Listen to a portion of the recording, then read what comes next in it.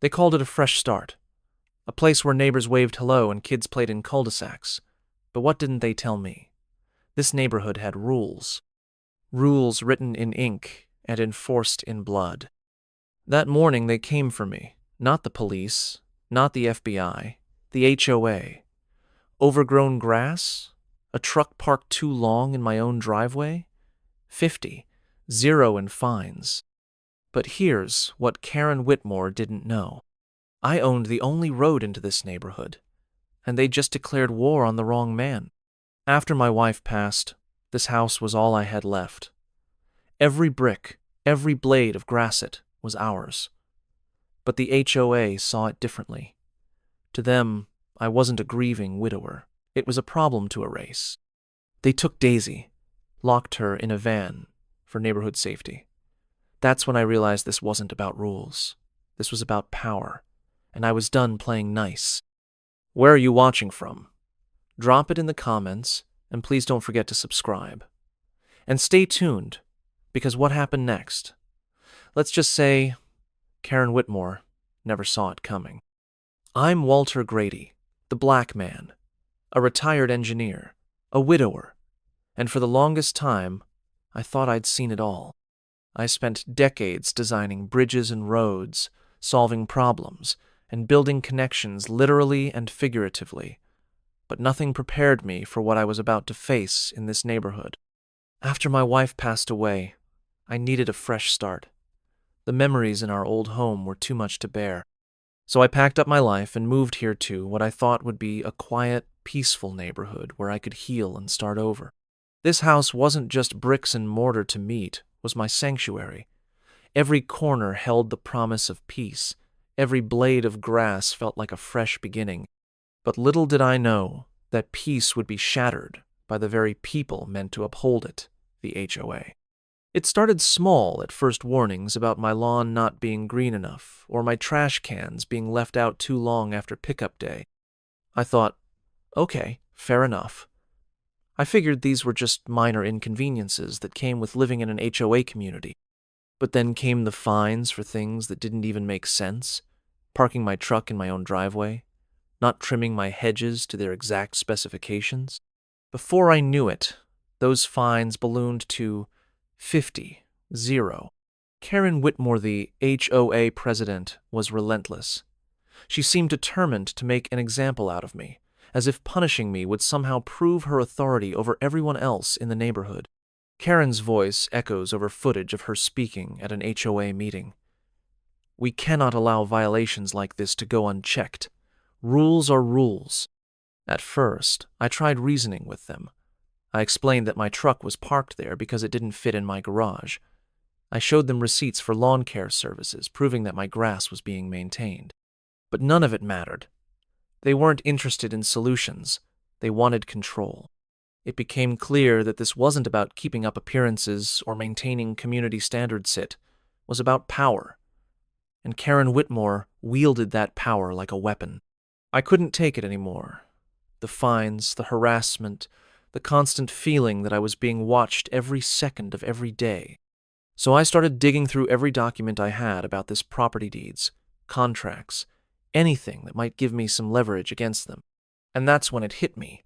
I owned the only road leading into this neighborhood.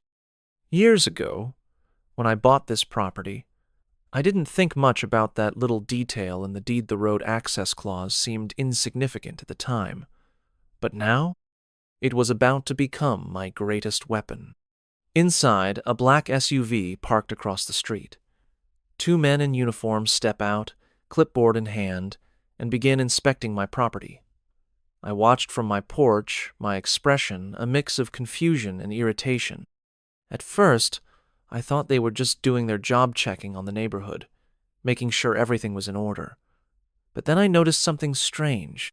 They weren't just looking at my yard. They were taking pictures of my windows, my driveway, even Daisy's doghouse. I was holding another HOA letter. This time the fine is 500 for unauthorized modifications to his property. I slammed the letter onto the table. That's when I realized this wasn't about keeping up appearances or enforcing rules. This was personal. Karen Whitmore had made me her target. It wasn't long before things escalated. They started sending security guards to patrol my property. Imagine that, security guards, as if I was some kind of criminal. But the worst came one afternoon when I was out running errands. I came home to find Daisy missing. Her leash was still tied to the porch, but she was gone. I searched everywhere up and down the street, knocking on neighbors' doors. Then I saw it, a white van parked near the HOA office with a small crate in the back. And there she was, me Daisy, locked inside like some kind of prisoner. I confronted the guards near the van, shouting, "What gives you the right to take my dog?" The guards looked uncomfortable but refused to answer. They claimed it was for neighborhood safety. Safety? From what? A 10-year-old golden retriever who wouldn't hurt a fly. That's when I knew they weren't just trying to find me into submission. They were trying to break me. I knew I couldn't let them win it like this. So I started digging. Every violation notice, every letter they sent me, I read them all, front to back. And then I went deeper, into property records, HOA bylaws, and state laws protecting homeowners like me. It wasn't easy. Those documents are written in a way that makes them almost impossible for regular people to understand. But I wasn't about to give up when they had taken so much from me already. I had a meeting with a lawyer in a small office. The lawyer nods as I hand over a copy of my property deed. That's when I found it, the deed confirming my ownership of the road leading into the neighborhood. It had been part of the original property purchase years ago, but I'd never thought much about it until now. That road wasn't just asphalt, it was leveraged. And if Karen Whitmore wanted to play hardball, well, two could play that game. I decided to stand at the entrance of the neighborhood early one morning. I hammers a sign into the ground that reads, "Private property, no trespassing." A neighbor pulls up in their car and stops abruptly when they see it. "Neighbor, what's going on here?" I answered. "Just exercising my rights as a property owner." It didn't take long for word to spread. Suddenly, everyone in the neighborhood realized that their access depended on Meath guy they'd been ignoring or siding against all this time. Karen Whitmore stormed into an emergency HOA meeting, her face flushed with anger. Karen, slamming her gavel. "This is unacceptable. We need immediate action." But there was nothing they could do not without my permission anyway. And let me tell you, watching Karen squirm like that, it felt good. For weeks, the neighborhood came to a standstill. Cars couldn't get in or out without my permission. Deliveries were delayed, school buses rerouted, it was chaos. And all of it led back to one person. Karen Whitmore. "Karen, this is unacceptable. We need to take legal action immediately." They tried everything, threatening me with lawsuits, sending more letters, even calling the police. But here's the thing. I wasn't breaking any laws. I was simply exercising my rights as a property owner. Eventually, they had no choice but to back down. Karen called me personally, something I never thought would happen, and begged me to reopen the road. One afternoon, as I was sitting in the living room with Daisy by my side, my phone rang, and I answered. "Karen, Mr. Grady, we'd like to discuss a resolution that works for everyone." I responded, "You mean you'd like to drop all those ridiculous fines and leave me alone? Because that's the only resolution I'm interested in." But this wasn't just about Mate, it was about exposing their abuse of power. By standing up for myself, I showed everyone in this community that they didn't have to live in fear of the HOA. This experience taught me something important. Knowledge is power. They tried to bully me because they thought I didn't know my rights. But when you take the time to learn, when you stand your ground and refuse to be intimidated, you can make real change. It wasn't easy. There were nights when I felt like giving up, when I wondered if it was worth all the stress and frustration. But then I'd think about my wife, about how she always believed in doing what's right, no matter how hard it might be. She would have been proud of me for standing up not just for myself, but for everyone who's ever been mistreated by people in power. My story is just one of many. Across the country, countless homeowners are being exploited by HOAs that have forgotten their purpose to serve their communities. It doesn't have to be this way. If you're dealing with an overreaching HOA, know your rights, speak up. And if you can't do it alone, find others who will stand with you. This road isn't just asphalt, it's a symbol of resilience and justice. And as long as I own it, no one will take that away from me. If there's one thing I've learned from all this, it's that community isn't about rules or fine-sits, about people coming together, supporting each other, and doing what's right. If there's one thing I want you to take away from my story, it's this. Knowledge is power. When I first moved into this neighborhood, I had no idea what I was up against.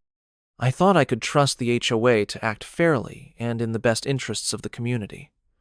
But I learned the hard way that sometimes those in power abuse it. But here's the good news. You don't have to take it lying down. If you're dealing with an overreaching HOA or any authority that's trying to take advantage of, you know your rights. Educate yourself. Consult a lawyer if you need to. And don't be afraid to stand up for yourself. There are resources out there, people who can help you navigate the system and fight back. You're not alone in this. We have to hold these organizations accountable.